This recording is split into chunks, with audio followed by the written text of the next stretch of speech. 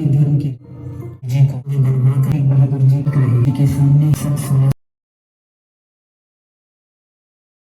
Good morning everyone. तो आज आप जुड़ते हैं हमारे न्यू ब्लॉग से।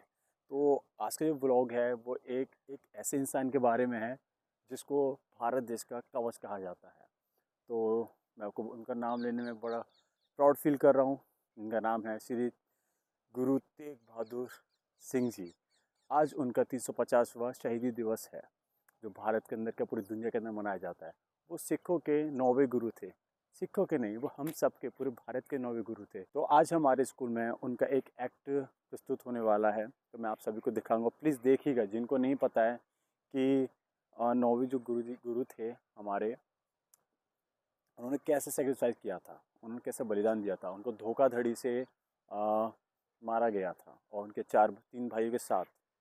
तो मैं बहुत खुश हूँ ऐसा मौका मिला उनके लिए ब्लॉग बनाने का।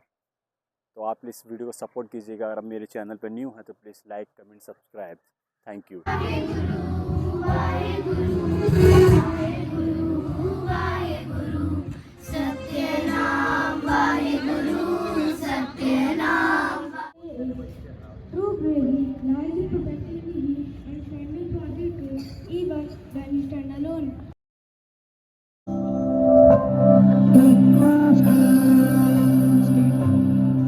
तिलक जब जो राखा प्रभुता का, किनो बड़ो कलु नहीं साका। साधन हेति इति जिन करी, शिशु दिया परो सीमा उचरी। एक ऐसा इंसान जो अपने धर्म के लिए किसी की भी जान ले ले, और एक ऐसा इंसान जो दूसरों के धर्म की रक्षा के लिए अपनी जान को कुर्बान कर दे। इन दोनों इंसानों में किसने सच्चे धर्म को समझा? धर्म आत्मा से जुड़ी आस्था की पवित्र भावना है। इसे दुनिया की कोई भी तलवार बदल नहीं सकती। अगर कोई इसे बदलने की कोशिश भी करे तो समझ लेना उसने सच्चे धर्म को कभी समझा ही नहीं। गुरु तेग बहादुर जी का समग्र जीवन हमें सच्चे धर्म और आत्मा की पवित्र शक्ति से परिचित करवाता है। मुगलिया दौर में कमजोर पड़ चुकी हिंद की कौम में साहस भरने के लिए अपनी जान की शहादत देने वाले 9वें सिख गुरु तेग बहादुर जी ने हिंद की चादर बनकर अतुलनीय धैर्य से मुगल सिंहासन का अहंकार चूर चूर कर दिया। जिन्होंने दूसरों के धर्म की रक्षा को खुद का धर्म समझकर अपने शीश को कुर्बान कर दिया। जिन्हें हम धन धन श्री गुरु तेग बहादुर जी साहिब के नाम से जानते हैं। गुरु तेग बहादुर जी का जन्म 1 अप्रैल सन 1621 में अमृतसर में हुआ था। वे सिख संप्रदाय के 6वें गुरु श्री हरगोविंद जी साहिब के 5वें पुत्र थे। जन्म तो उनका नाम त्यागमल रखा हुआ था, लेकिन मात्र 14 साल की उम्र में मुगलों के साथ हुई लड़ाई में पुत्र त्यागमल के पराक्रम को देखकर गुरु हरगोविंद जी साहिब ने उनका नामकरण तेग बहादुर कर दिया। संत स्वरूप गुरु तेग बहादुर को बचपन से ही गुरुबाणी, वेद शास्त्र एवं उपनिषदों से लगाव था। अध्यात्म के साथ साथ वे विभिन्न शस्त्र विद्याओं में भी पारंगत थे। सन 1664 के मार्च महीने में 8वें सिख गुरु हरिकृष्ण जी साहिब की अकाल मृत्यु के पश्चात तेग बहादुर जी को सिखों के 9वें गुरु के रूप में गुरु गद्दी सौंप दी गई। 25 मई सन 1675 को पंडित कृपाराम की अगुवाई में कश्मीरी पंडितों का एक जत्था अनंतपुर साहिब में गुरु तेग बहादुर जी के सामने प्रस्तुत हुआ। हिंदुओं की हो रही धार्मिक प्रताड़ना को सुनकर गुरु तेग बहादुर जी व्यथित हो उठे।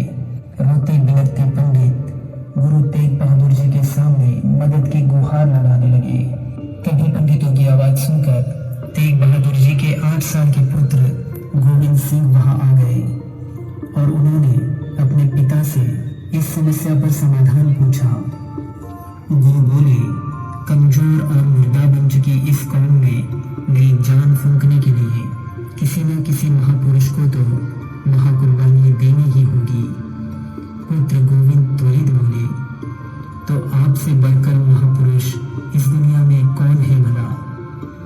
अपने 8 साल के पुत्र के इन तेजस्वी शब्दों को सुनकर गुरु तेग बहादुर जी गदगद हो उठे। उन्होंने पंडितों से कहा, जाओ कह दो उस बादशाह से पहले गुरु तेग बहादुर का धर्म परिवर्तन करके दिखाओ और फिर हम सब खुशी से हमारा धर्म परिवर्तन करेंगे। बादशाह औरंगजेब ने यह बात सुनते ही त्वरित गुरु तेग बहादुर जी को दिल्ली प्रस्तुत होने का न्योता दिया। समय की नजाकत को समझते हुए गुरु तेग बहादुर जी अपने पुत्र गोविंद सिंह को गुरुगद्दी सौंपकर दिल्ली के लिए निकल पड़े।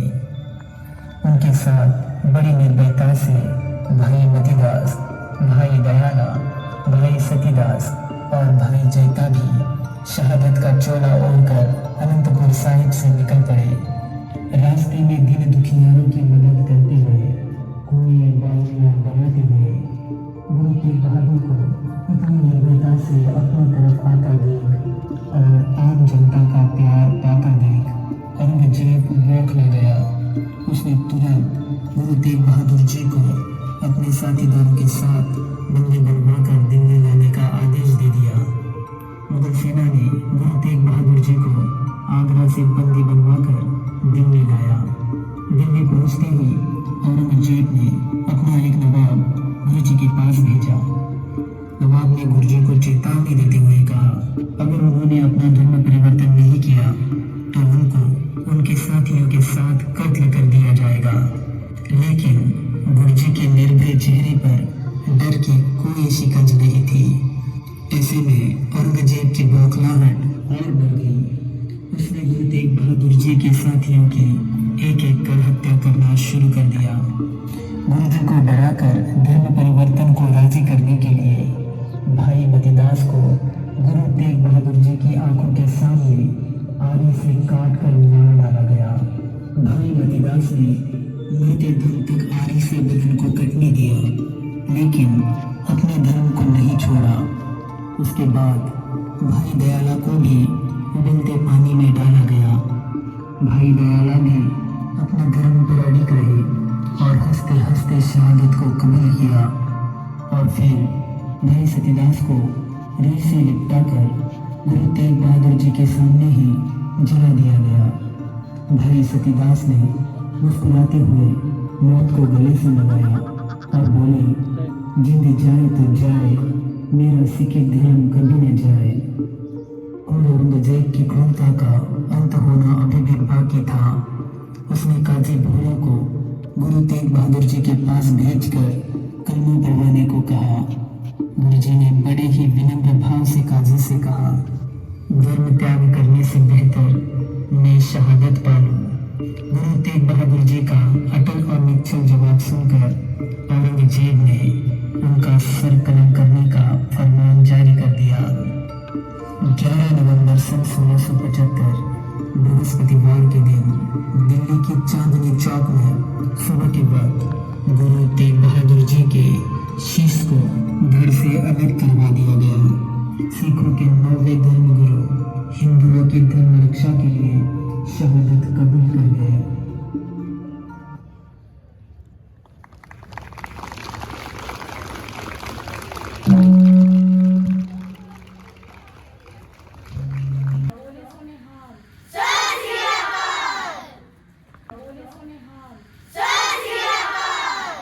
कि वाहिगुरु जी का खालसा, वाहिगुरु जी की फतेह। जैसा कि आपने देखा, बच्चों ने इतना प्यारा एक्ट किया। और ये है हमारे सिखों के नहीं, हमारे पूरे देश के 9वें गुरु जी, जिनका नाम है श्री गुरु तेग बहादुर जी।